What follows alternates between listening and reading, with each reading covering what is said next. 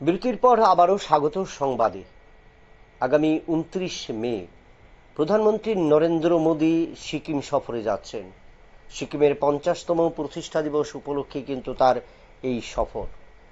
ভারত পাকিস্তান যুদ্ধের যে হয়েছিল তারপর এই সিকিম সফর অনেকটাই তাৎপর্যপূর্ণ মনে করছেন অনেকে, বিশেষজ্ঞ মহল।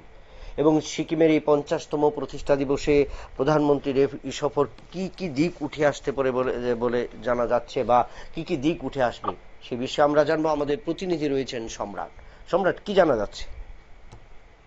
দেখো, সিকিমের ৫০ বছর পূর্তি হয়েছে, সেই উপলক্ষে রাজ্য সরকারের আয়োজিত একটি অনুষ্ঠানে কিন্তু আগামী ২৯ মে সিকিম সফরে যেতে চলেছেন প্রধানমন্ত্রী। তো সিকিমের এমনিতে দেশের আভ্যন্তরীণ বিষয়, কিন্তু যে পাকিস্তান এবং ভারত সংঘর্ষ এবং সেই জায়গায় দাঁড়িয়ে দেশের একটি সীমান্তবর্তী রাজ্য, যেখানে চীন সীমান্তের সঙ্গে ঘেঁষা একটি রাজ্যে গিয়ে প্রধানমন্ত্রীর যে অনুষ্ঠানে অংশগ্রহণ, সেই অনুষ্ঠানে কিন্তু সবার একটি আলাদা নেক নজর রয়েছে। কারণ এই বর্তমান যে ভারতের পরিস্থিতি, সেই পরিস্থিতিতে কিন্তু বিভিন্ন যে সমাবেশ বা অনুষ্ঠানগুলি রয়েছে, প্রকাশ্য অনুষ্ঠানগুলি রয়েছে, সেক্ষেত্রে প্রধানমন্ত্রীর যে বক্তব্য থাকবে তাতে কিন্তু সবারই একটা আলাদা নজর থাকবে, সেটা স্বাভাবিক। এবং সিকিমের ক্ষেত্রে সেটি একটু গুরুত্বপূর্ণ হয়ে দাঁড়িয়েছে, কারণ সেটি চীন সীমান্তে রয়েছে। আর বর্তমান যে ভারত পাকিস্তান সংঘর্ষ, তাতে কিন্তু চীন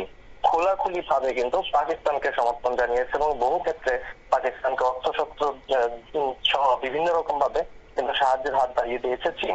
এবং ঠিক এর পরপরই পহেলগাম কাণ্ড, তারপর যে অপারেশন সিন্দুর শুরু, কিছুদিনের মধ্যেই কিন্তু চীন আবারও কিন্তু যে আমাদের উত্তর পূর্বাঞ্চলের একটি অন্যতম রাজ্য অরুণাচল প্রদেশ নিয়ে বিগত দিনগুলিতে চীনের যেরকম ভূমিকা ছিল, বিভিন্ন অরুণাচল প্রদেশের বিভিন্ন এলাকার নাম বদল করে মানচিত্র প্রকাশ করা, সেরকম একটি ঘটনা কিন্তু ইতিমধ্যে ঘটে গেছে। চীনের একটি প্রদেশের নাম পরিবর্তন করে আরেকটি মানচিত্র প্রকাশ করেছিল চীন, যাতে নয়াদিল্লি ভীষণ নিন্দা জানিয়েছে গোটা ঘটনায়। এবং এই ধরনের ঘটনায় নয়াদিল্লির দাবি যে শুধু নাম বদল করে অরুণাচল দখল করা যাবে না, এই ধরনের উক্তিও কিন্তু সরকারের তরফে উঠে এসেছে।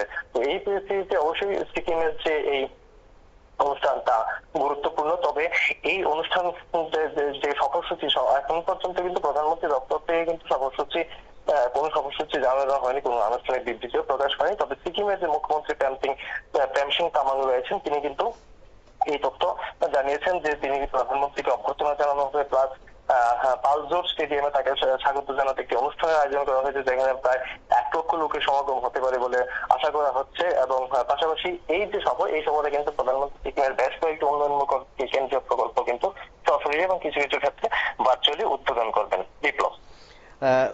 সম্রাট, একটা জিনিস জানাবো যে ২২ এপ্রিল পেহেলগাঁও ঘটনা এবং তারপর অপারেশন সিঁদুর, এই চীন বিভিন্নভাবে পাকিস্তানকে সহযোগিতা করেছে, বিভিন্নভাবে কিন্তু সেই তথ্য উঠে এসেছে।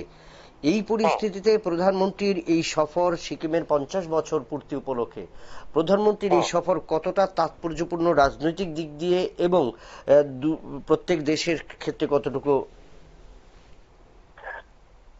আমি যেটা উল্লেখ করেছি এর আগেও, যে বর্তমান যে পরিস্থিতি, ভারত বাংলাদেশ যে সীমান্ত পরিস্থিতি, সংঘর্ষের পরিস্থিতি রয়েছে, সেক্ষেত্রে প্রধানমন্ত্রী বিভিন্ন জনসভায় প্রকাশ্য অনুষ্ঠানগুলিতে প্রধানমন্ত্রীর যে কোনো বক্তব্য কিন্তু এখনের উপরে কিন্তু আলাদা নজর থাকবে এবং তার নানা রকম বিশ্লেষণ হবে। সেটা খুব স্বাভাবিক, কারণ পেহেলগাম ঘটনা বা যে অপারেশন সিন্ধু, তা নিয়ে সরকারি বিবৃতি বারবার প্রকাশিত হলেও কিন্তু দেশের একটা বিশাল অংশের মানুষ, যেটা বিশাল অংশের জনগণ এবং এমনকি শাসক দল এবং বিরোধী উভয় পক্ষের যে রাজনীতির যে দাবি, প্রধানমন্ত্রী এবং স্বরাষ্ট্রমন্ত্রীর একটা বক্তব্য প্রকাশ্য বিরোধী তরফে যৌথ সংসদের যৌথ অধিবেশন ডাকারও দাবি তুলে রাখা হয়েছে। সবকটার কিন্তু একটি উদ্দেশ্য, যে প্রধানমন্ত্রী বা স্বরাষ্ট্রমন্ত্রীর একটা নির্দিষ্ট বক্তব্য জানা, যে এই যে ঘটনা হয়ে গেল, প্রথম পেহেলগাম হামলা কিভাবে হলো, কোথায় গাফিলতি ছিল, সেই বিষয়ে একটা স্পষ্ট বা দেশবাসীর উদ্দেশ্যে স্পষ্ট বার্তা। দ্বিতীয়, অপারেশন সিন্ধুর, অবশ্যই অপারেশন সিন্ধুর নিঃসন্দেহে ভারতীয় সেনার একটি অসামান্য সাফল্য, গোটা বিশ্বের মধ্যে একটি নজিরবিহীন সাফল্য অপারেশন সিন্দুর, যেখানে সেনাদের ভূমিকা নিয়ে একদম প্রশ্নাতীত ভূমিকা, অসাধারণ একটি সাফল্য কিন্তু ভারতীয় সেনা ফিরে পেয়েছে। কিন্তু যেটি সে বিষয় যে অপারেশন সিন্দুরের পর হুট করে যে সিজফায়ার, সেই সিজফায়ার নিয়ে কিন্তু বিশ্বের তাবড় তাবড় রাজনীতিকদের বক্তব্য উঠে আসলো। এখন পর্যন্ত কিন্তু প্রধানমন্ত্রী এবং স্বরাষ্ট্রমন্ত্রীর কোনো বিবৃতি বা প্রতিরক্ষা মন্ত্রী বা বিদেশ মন্ত্রীর তরফে কিন্তু সরাসরি ভাবে কিন্তু স্পষ্ট কিন্তু এখনো বলা হয়নি। তো সব ব্যাপারে কিন্তু প্রধানমন্ত্রীর যে বক্তব্য তা কিন্তু বারবারই গুরুত্ব হয়ে ওঠে আছে, যেক্ষেত্রে আমেরিকার রাষ্ট্রপতি বক্তব্য রেখেছেন, পাকিস্তানের প্রধানমন্ত্রী বক্তব্য রেখেছেন, বিভিন্ন রাষ্ট্র নেতারা বক্তব্য রাখেন। সেখান থেকে কিন্তু এখন পর্যন্ত প্রধানমন্ত্রীর তরফে কোনো বক্তব্য উঠে আসেনি। তো স্বাভাবিকভাবে প্রধানমন্ত্রী আগামী দিনে এই যে বিষয়টি, বিষয় সংশ্লিষ্ট আগামী যতদিন চলতে থাকবে, এই বিষয়ে কিন্তু প্রধানমন্ত্রীর প্রত্যেকটা জনসমাবেশের বক্তব্য কিন্তু আলাদা নজর থাকবে। অবশ্যই পেহেলগাম এবং অপারেশন সিন্ধু সম্পর্কে ওনার বক্তব্যকে আলাদা করে গুরুত্ব দিয়ে কিন্তু দেখা হচ্ছে। বিপ্লব।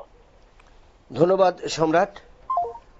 প্রধানমন্ত্রী নরেন্দ্র মোদী আগামী 29শে মে সিকিম সফরে যাবেন এবং সিকিমের 50 বছর পূর্তি অনুষ্ঠান, এবং সেই অনুষ্ঠানে প্রধানমন্ত্রীর দপ্তর থেকে এখনো সরাসরি ঘোষণা না করলেও সিকিমের মুখ্যমন্ত্রী কিন্তু সেটা ঘোষণা করেছেন, এবং প্রায় 1 লক্ষ লোক সমাগম হবে এই যে 50তম প্রতিষ্ঠা দিবসে, এবং সেখানে প্রধানমন্ত্রীর উদ্দেশ্যে, প্রধানমন্ত্রীকে নিয়ে যে ভাবনা চিন্তা, এবং গোটা বিশ্ববাসীর কাছে কিন্তু সেই দিকটাও কিন্তু নজর থাকবে।